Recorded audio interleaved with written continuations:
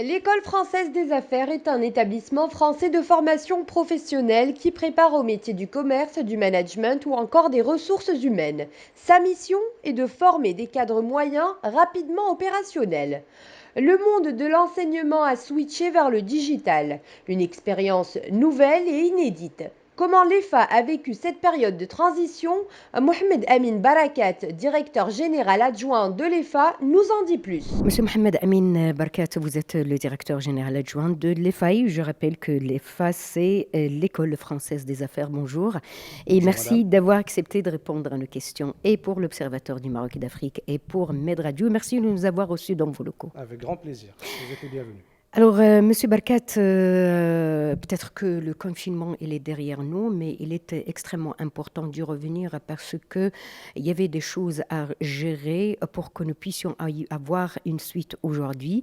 Alors, au lendemain de l'annonce du confinement, le monde entier, y compris le Maroc, il fait partie de ce globe terrestre, bien évidemment.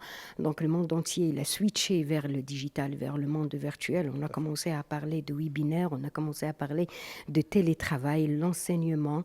Il a procédé à l'enseignement à distance. Est-ce que vous pouvez nous parler de cette expérience? Je sais qu'elle est belle, mais quand même, il y a derrière de la douleur. Comment vous avez pu gérer cela? Très bien. En tout cas, encore une fois, je tiens à vous remercier d'être là, de vous déplacer chez nous dans un contexte quand même assez agréable, celui de notre campus de formation, très grand, très spacieux. Et effectivement, c'est une expérience extraordinaire. Extraordinaire parce qu'il y a aussi des choses positives, mais aussi des choses qui aujourd'hui vont nous permettre tout simplement de nous améliorer et de tout simplement accompagner cette transformation. Alors pour revenir un petit peu à la transformation qui s'est opérée à cause de cette crise ou grâce à cette crise, c'est une transformation sur beaucoup de choses, pas uniquement sur le digital, mais aussi sur les comportements, de façon beaucoup plus globale. Et donc, nous, on l'a vécu comme tous les autres, de façon maîtrisée, de façon réfléchie. Et d'abord, nous n'avons pas paniqué. Ça, c'était vraiment l'élément le plus important, c'est de pouvoir analyser très rapidement les avantages, les inconvénients, mais surtout chercher des solutions pour que nous puissions tout simplement garantir une continuité pédagogique de qualité pour nos étudiants. Alors, la différence au niveau de l'enseignement supérieur, c'est que on est vraiment en fin de cycle de formation parce qu'on doit produire un produit dont les entreprises ont besoin et donc on est jugé sur la qualité de ce qu'on va tout simplement livrer. Et ce qui est important et le vrai chamboulement, c'est qu'on était sur une formation classique pour préparer des jeunes sur des process classiques au niveau des entreprises et on a été chamboulé parce qu'il fallait à la fois adapter nos process de fabrication qui sont l'enseignement, l'encadrement, l'accompagnement des étudiants, mais aussi pouvoir les préparer à ce qu'ils vont retrouver en entreprise. Et donc c'était ça le vrai challenge de l'enseignement supérieur et c'était vraiment le vrai challenge de notre école, l'École française des affaires. Mais grâce à Dieu et grâce à beaucoup de moyens qui ont été mis en place par la Chambre française de commerce et d'industrie et l'École française des affaires, donc nous avons quand même bien accompagné nos jeunes et aujourd'hui on est en train de finir l'année de formation avec de très très belles réalisations, un bilan qui reste positif, mais surtout avec des pistes d'amélioration pour l'avenir. Vous avez continué à assurer les cours régulièrement, comme si dans le cadre du présentiel. Et une autre question, est-ce qu'il y a des cas, ou est-ce que vous avez confronté des cas qui sont isolés et comment vous les avez accompagnés?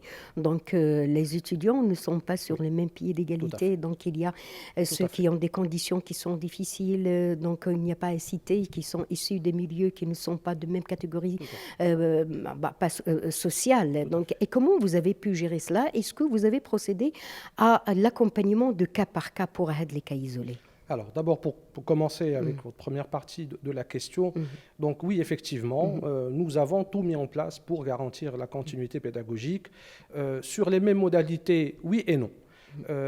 Oui, parce qu'on a gardé, bien entendu, les mêmes enseignements, le même volume horaire, le même niveau d'encadrement, le même niveau d'accompagnement que nous avons l'habitude de faire avec nos étudiants quand ils sont chez nous.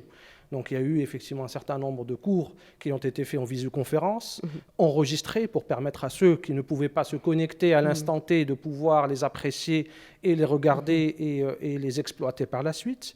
Nous avons également mis en place tout un dispositif d'évaluation à distance. Ça aussi, c'est un élément très important parce que l'évaluation ne sert pas uniquement à sanctionner le parcours d'un étudiant. Pour nous, c'est le meilleur moyen de savoir si notre étudiant a pu tout simplement acquérir les compétences sur lesquelles on s'engage vis-à-vis de l'entreprise qui va tout simplement le recruter. Donc, une évolution pour tout pouvoir à fait. Intervenir. C'est important. Et à chaque fois qu'on trouvait des lacunes, il était de notre devoir de regarder comment les combler. Après, bien entendu, les jeunes ne sont pas tous, je dirais, n'ont pas tous les mêmes compétences. Mais là où on a vu la vraie différenciation entre nos étudiants, c'était sur l'engagement. On a détecté ceux qui étaient plus responsables, plus autonomes, plus engagés dans le cadre de leur formation, et d'autres qui ont besoin peut-être d'un peu plus d'autonomie, qu'on insiste un peu plus sur cette responsabilité d'avoir. C'était beaucoup plus sur cet aspect comportemental de soft skills sur lequel on va certainement mettre encore plus l'accent l'année prochaine et les années à venir. Ensuite, sur l'aspect savoir, sur l'aspect compétence, ça à la limite c'est simple. Lorsque vous avez un étudiant qui a des lacunes, il faut que l'école, dans le cadre de sa responsabilité vis-à-vis de ses étudiants, de mettre en place un dispositif d'accompagnement. Et nous l'avons fait, et on a détecté des jeunes qui avaient des problématiques, et automatiquement nos professeurs permanents ou nos professeurs vacataires qui étaient mais vraiment d'un soutien énorme et qui étaient volontaires pour accompagner les jeunes. Donc on a mis en place des cours de soutien pour pouvoir tout simplement mettre à niveau les étudiants, mais surtout pour pouvoir livrer à l'entreprise un diplômé qui est capable de répondre à ces différentes problématiques. Alors, vous avez parlé également des jeunes qui sont de milieux différents. C'est le cas. C'est le cas, on en a certains effectivement qui n'ont pas forcément les mêmes moyens que d'autres, notamment en termes d'ordinateurs, etc. Mais ceci dit, ce qui est important, c'est que les solutions que nous avons choisies sont des solutions que n'importe quel étudiant peut exploiter, même à travers un smartphone. Et on sait aujourd'hui que les jeunes, ils sont tous connectés. Il y a un niveau de connexion qui est à 100%, et ça, on l'a pris en considération. Donc, on a travaillé sur une plateforme qui est compatible avec tous les moyens de communication. Alors, la difficulté que nous avons trouvée, elle est beaucoup plus par rapport à des jeunes qui ont été confinés loin de chez eux. Franchement, il y en a eu certains qui, malheureusement, ont eu la malchance d'être ailleurs lorsque la fermeture des villes a été annoncée. Donc ceux-là, ils ont eu beaucoup de courage. J'aimerais quand même les remercier parce qu'ils ont fait preuve de courage. Ils sont quand même battus. Ils ont tenu à avoir une connexion. Ils ont suivi les cours et ils ont surtout passé les évaluations. Parce que l'enjeu n'est pas de suivre le cours en lui-même. Le digital permet une certaine flexibilité, même si nous, on a insisté à ce que tous nos étudiants soient connectés pour pouvoir dialoguer avec les encadrants, discuter, poser des questions, etc., même s'ils pouvaient le faire par ailleurs. Mais l'enjeu majeur, c'était de leur faire passer les évaluations à distance, et c'était des évaluations qui nécessitaient tout simplement de rédiger, de faire des recherches sur Internet, de répondre à des... Voilà, il y a des dissertations, il y a surtout des études de cas à faire, donc il fallait absolument les mettre en situation, et c'est là où on a eu quelques difficultés avec certains étudiants. Mais ceux-là, on leur a proposé tout simplement de pouvoir venir ici à l'école et refaire s'il le faut. Donc là aussi, on est très compréhensif par rapport à ce qui se passe. Donc ils ont la possibilité de le refaire. Donc il y a des rattrapages qui sont prévus un peu plus tard lors du mois d'août pour pouvoir aider ces jeunes à finir leur année dans les meilleures conditions qu'il faut. Monsieur Barkas, puisque vous avez parlé de dissertation, Oui.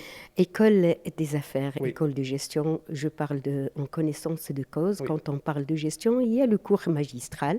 Donc peut-être là, il n'y a pas de peine pour pouvoir suivre via le petit écran digital et tout ça.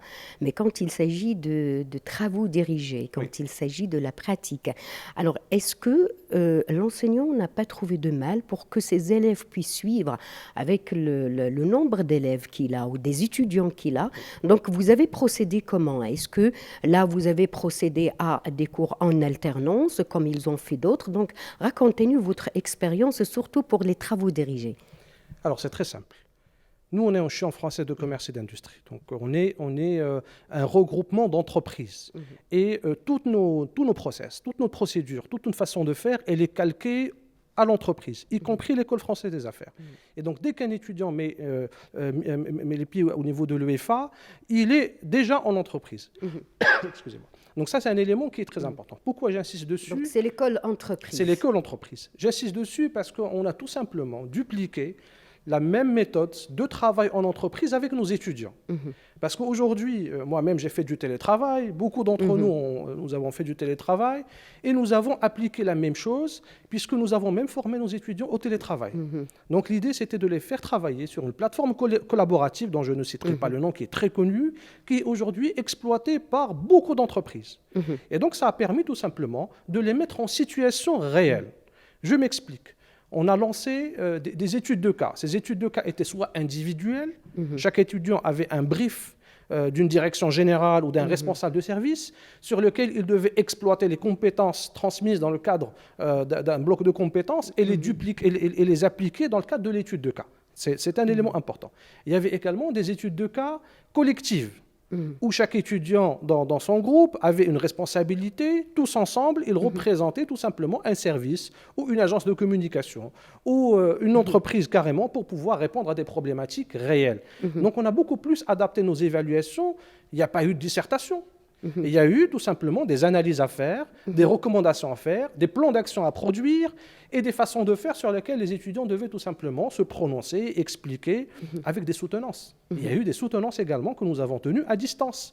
Et ça, ce sont des choses qu'on a retrouvées en entreprise. On n'a eu aucun mal à les appliquer à nos étudiants. Et on revient justement au challenge des écoles. C'est de pouvoir adapter leur processus pédagogique, mais aussi, à travers cette adaptation, préparer les étudiants à travailler demain en télétravail. Donc c'était vraiment l'élément sur lequel on a beaucoup investi, on s'est beaucoup investi. Son programme vise à créer des profils polyvalents capables de s'adapter et d'évoluer dans le monde de l'entreprise et dans le monde réel aussi, en s'appuyant sur de solides méthodes de travail. Une expérience riche pour les 250 étudiants de cette école. Les détails en compagnie toujours de Mohamed Amin Barakat, directeur général adjoint de l'École française des affaires. D'accord. Monsieur Barakat, la crise n'a prévenu personne, le déconfinement n'a prévenu personne et pourtant il y a de l'effort. Il y a un beau travail qui a été effectué pour que nous puissions s'adapter aujourd'hui. Le résultat, il est là, il n'est pas approuvé. Est-ce que demain, il paraît que ce mode de travail, que ce soit au sein de l'école, que ce soit quel que soit l'autre milieu, paraît aujourd'hui comme étant une nécessité impérieuse, travailler via le net. Est-ce que c'est le cas pour l'EFA? Alors, si par exemple demain un étudiant, parce que voilà, je veux suivre mes études, l'EFA, mais à distance, sans une présence physique, est-ce que ça serait possible? Alors cette expérience est très riche. Pour moi, c'est vraiment d'une richesse extraordinaire. Elle permet de nous faire sortir un petit peu de nos zones de confort et de développer un petit peu notre façon de faire. Et aujourd'hui, je vous le dis de façon très claire, on est capable d'encadrer un étudiant à distance et de le former de façon qualitative à se préparer à son premier emploi et par la suite. Donc c'est vraiment quelque chose d'extraordinaire qui est permise par cette contrainte. Parce qu'en fin de compte, qu'il y ait le digital ou pas, le rapport humain est toujours là.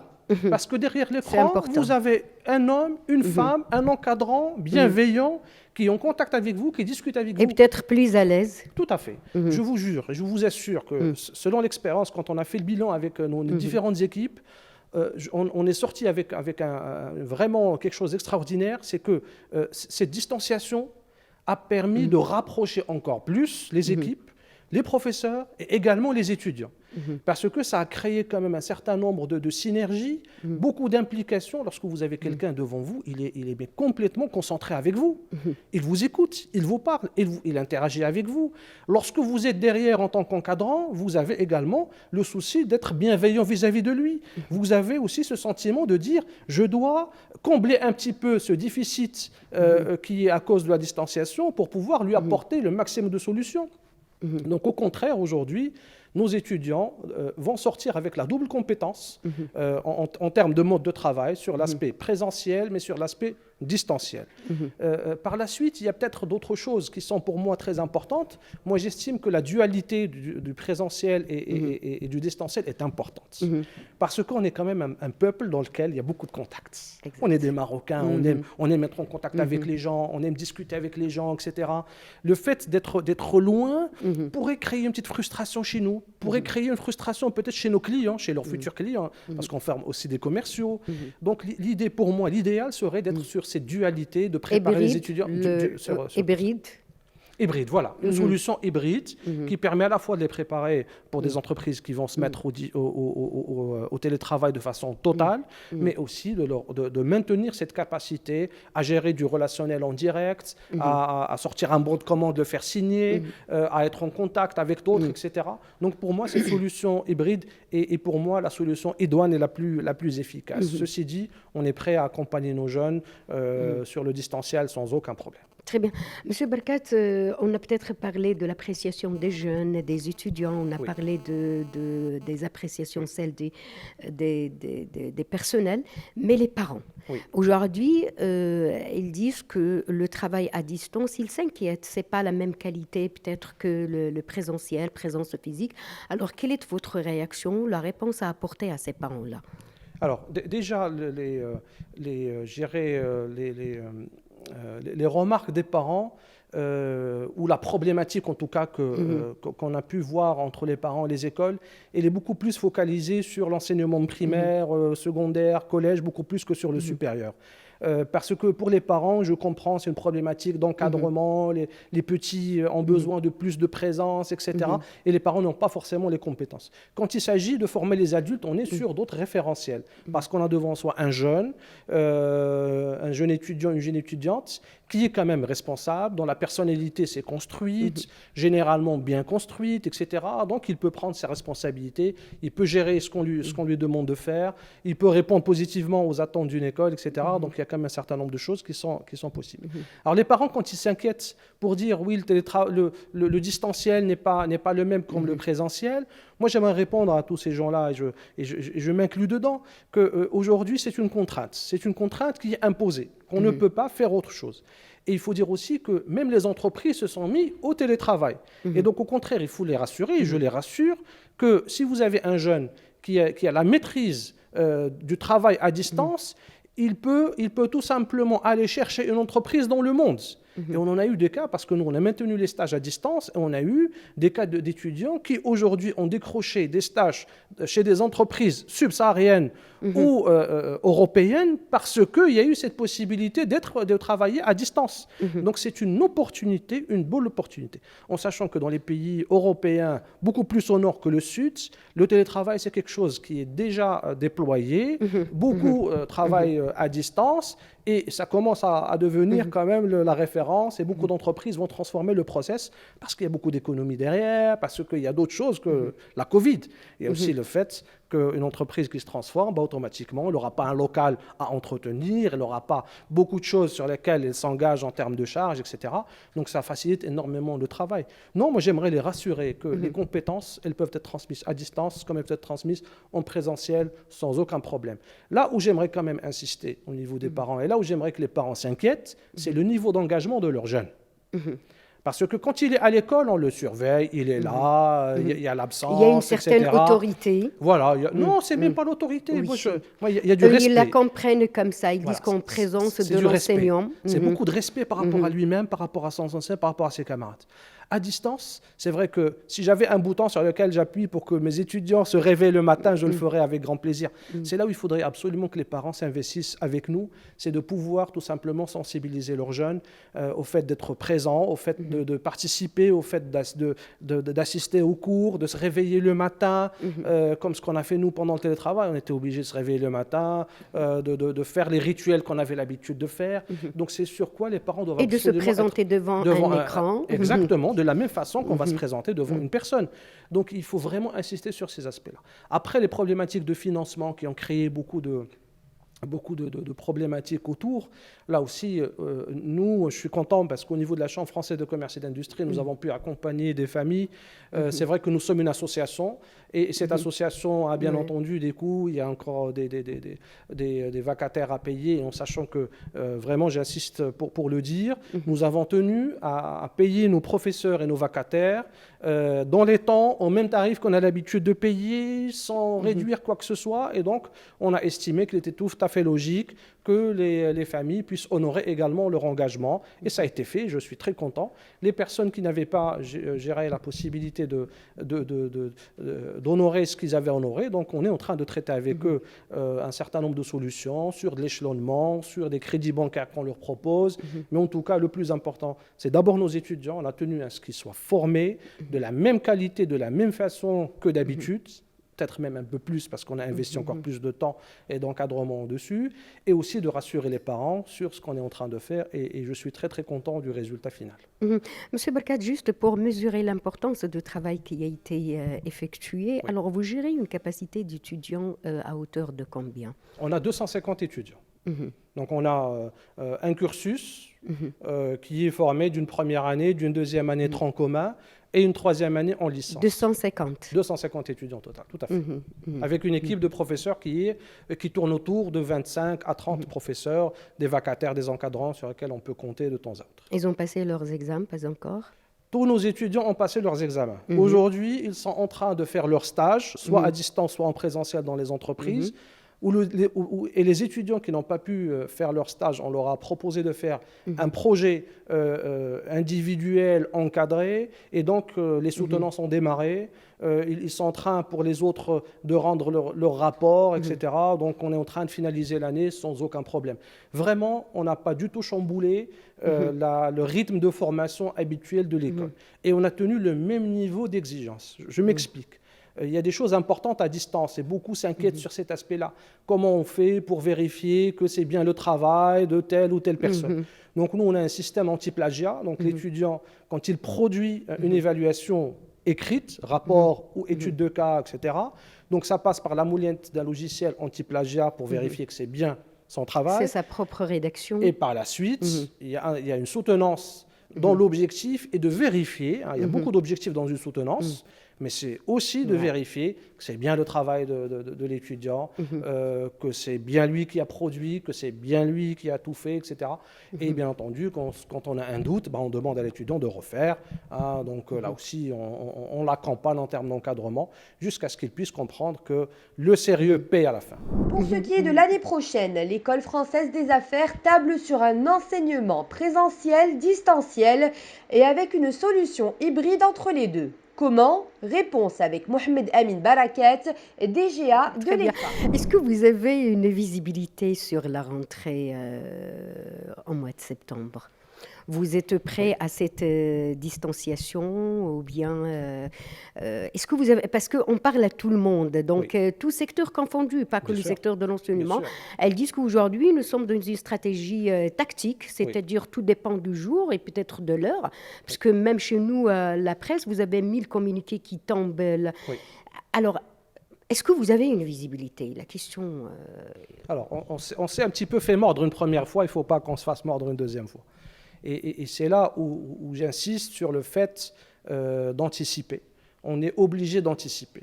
Et on doit faire preuve de beaucoup d'agilité. C'est-à-dire qu'aujourd'hui, à l'heure où nous parlons, on est en train de travailler sur les 3 scénarios possibles. 100% présentiel, 100% distanciel et la solution hybride entre les deux. Ça veut dire qu'on va mettre en place ces 3 dispositifs et on va briefer nos différentes équipes administratives et pédagogiques et logistiques, informatiques aussi, sur ces 3 dispositifs. Et on sera prêt tout simplement d'accueillir la décision que le gouvernement va tout simplement partager avec l'ensemble des opérateurs. Et à ce moment-là, on sera prêt tout simplement à la déployer sans aucun problème.